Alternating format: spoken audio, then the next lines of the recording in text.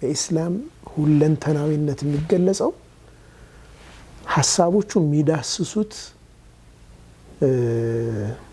መጃል መስክ ሁለንተናዊ ነው። ሁለንተናዊ ሐሳቦች መስኩ ሁለንተናዊ ሁሉንም መስክ ነው የሚዳስሱት። አንዱ ደግሞ በራሱ ደግሞ ሁለንተናዊ ሱብሃንአላህ። አንዱን መኖር ብንችል ህይወታችን ይቀየራል። ሰሐቦቹ ረዲየላሁ ዐንሁም ጀሚዓ ቁርአንን ሙሉ የጨረሱ እኮ በጣም ጥቂት ናቸው ነው የሚባለው። የተወሰነ ነው የሚያውቁት፣ ግን ያቀይሯቸዋል። በቃ ኖረውታል። አንድ አያ ሊበቃህ ይችላል። ሐቂቃ ማለት ነው። ልብ ሙሉ ለሙሉ ተቀይሮ ለአላህ እጅ ይሰጣል። እንዳልከው ብዙ የተወላገዱ ማንነቶቻችን እኔንም ጨምሮ ማለት ነው ሁላችንንም አንዳንዶቹ ቢስሚ ዲን ናቸው። በዲን ስም ይሆናሉ። በዲን ስም ግን ኢንተርቴን የማደርገው የማስተናግደው ግን የራሴ ስሜቴ። እሱን በነገራችን ላይ ቁጭ ብዬ ማሰብ ብችል ከራሴ ጋር ራሴን መዋሸት አልችልም። ማንንም ሰው ማታለል ይቻል ይሆናል። ህሊናን ራስን ግን ማታለል አይቻልም። እዚህ በዲን ስም የሆነ ነገር ይዘህ ስትወጣ አንድ ነገር በጣም ስታካብደውም በጣም ስታራክሰውም ምን ፈልገህ ነው እዛ ውስጥ? ያ በቃ የቀልብ ጉዳይ ነው። መሳል የቀልብ ጉዳይ ነው። ያንኑ ነገር ወንድሜ መሐመድ ጋር ስላየሁት እና ሁሴን ጋር ስላየሁት ጀጅ የማደርግበት ነገር የተለያየ ከሆነ ምን ፈልጌ ነው? በቃ ይሄ የቀልብ ወግ ነው፣ የነፍስ ወግ ነው። ከራስ ጋር ብቻ ያለ ውይይት ነው ይሄ።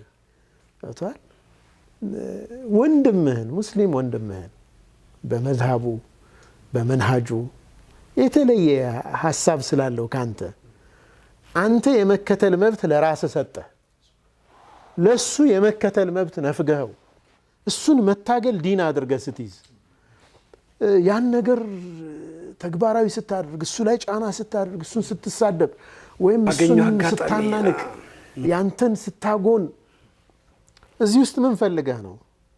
ሐቂቃ አላህ ተፈልጎበት ከሆነ እንዲህ አይነት ነገር እንድትሄድ አላህ አይፈቅድም። መንገዱንም ጭምር ነው የሚከለክልህ።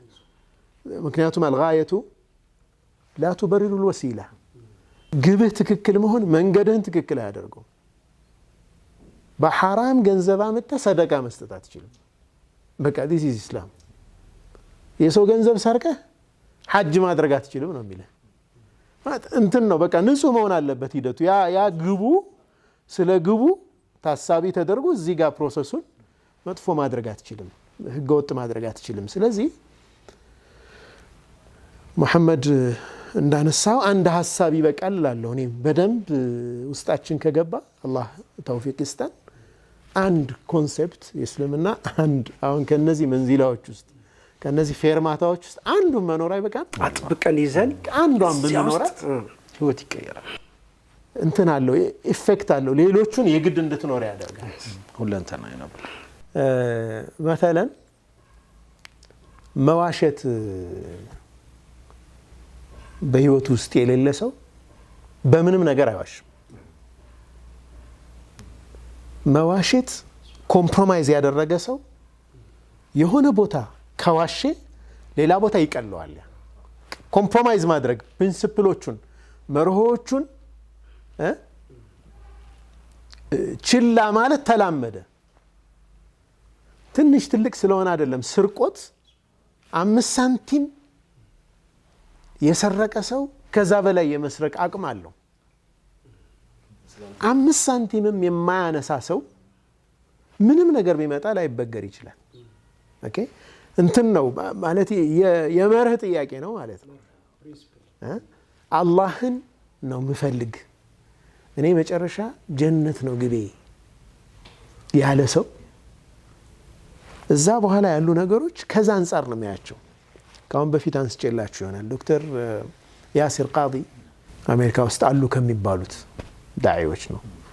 እሱ ጋር ትንሽ ደቂቃ ቁጭ ማለት እድል አጋጥሞኛልና እስኪ ነሲሐ ስጠኝ አሉት።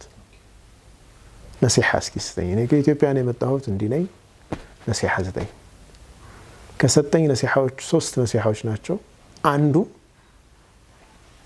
አንተን የሚቃረኑ ወንድሞች ሊያጋጥሙ ይችላሉ። ዳዕዋ ውስጥ ካንተ ተቃራኒ ቆመው አንተን የሚያጠቁ ወንድሞች ሊያጋጥሙ ይችላሉ። ግን መጨረሻ ጀነት ስለሆነ የምትገናኙት ቀልብህ ላይ መጥፎ ነገር እንዳትይዝ አለኝ። ቀልብህን ጧሃር አድርግ በወንድሞች ላይ። ምክንያቱም መጨረሻ ላይ ጀነት ነው መገናኛቸው። በቃ ለአላህ ብለው ሊሆን ይችላል አንተን እየተቃረኑ ያሉ፣ አንተን ለአላህ አታክ እያደረጉ ያሉ በቃ መስሏቸው፣ ግን ዲን እየጠበቁ መስሏቸው ሊሆን ይችላል። እዚህ መገናኛችን ጀነት ስለሆነ በወንድሞችህ ላይ ቀልብህ ላይ መጥፎ ነገር እንዳትይዝ። እቺን ይጀለታለሁ ወላሂ። እቺ በጣም የገዛችኝ ሐሳብ ነች። ሜዳው ላይ የሚታይ ነገር ጀነት ነው አይደል አላማ። በቃ ለምንድን ነው ዱንያ ላይ አንተ ሰው ላይ መጥፎ ነገር የምታስበው? እና ከባድ ሐሳብ ነው። እስኪ የቀሩትን ነገሮች እናንሳና ኢማም ኢብኑ አልቀይም ረሕመቱላህ ዐለይህ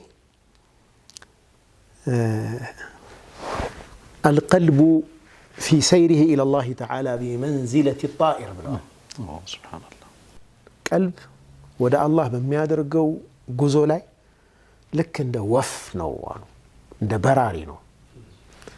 በራሪ ወፍ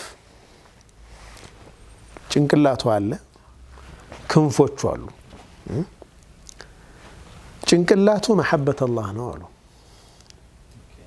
አላህን መውደድ ዋናው ከፊት የሚመራው እሱ ነው አሉ። ይሄ ደግሞ ክንፉ ኸውፍና ረጃ ነው። ጀሃነምን ይፈራል፣ ጀነትን ተስፋ ያደርጋል። በእነዚህ ክንፎች እየቀዘፈ ወደ አላህ ይጓዛል። የቀልብ ጉዞ ይሄ ነው ብለው በሚገርም አይነት ተምሳሌታዊ መንገድ ገልጸውታል ኢብኑ ቀይም ረሕመቱላህ ዐለይህ። ከሁለቱ አንዱን በሳትን ቁጥር ባላንስ ጠብቆ መብረር አይችልም በራሪው።